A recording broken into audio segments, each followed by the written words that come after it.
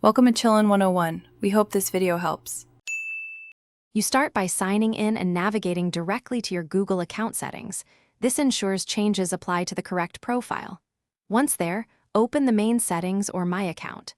Google, Com Page and locate sections like Personal Info, Data and Privacy, and Security.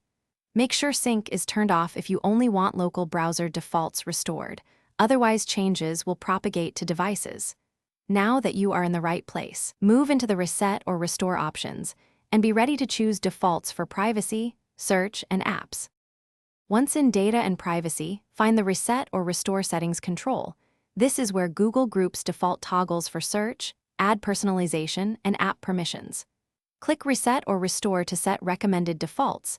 This usually turns off ad personalization, clears some permissions, and restores default search behavior. Make sure to review connected apps and revoke access you don't recognize, because apps can reapply settings. After confirming the reset, allow a minute for Google to synchronize changes across services before moving to security defaults. Finish by restoring security defaults. Set two-step verification as desired, confirm recovery email and phone, and remove any outdated app passwords. Then clear browser cookies and cache or reset Chrome settings to ensure UI-level defaults match your account choices. This prevents stale preferences. Once done, sign out and sign back in to force a full refresh. If things go wrong, sign out of every device, disable and re-enable sync, and undo the last change. Contacting Google support is your next step if settings remain inconsistent. Thanks for watching. Consider subscribing if we helped you.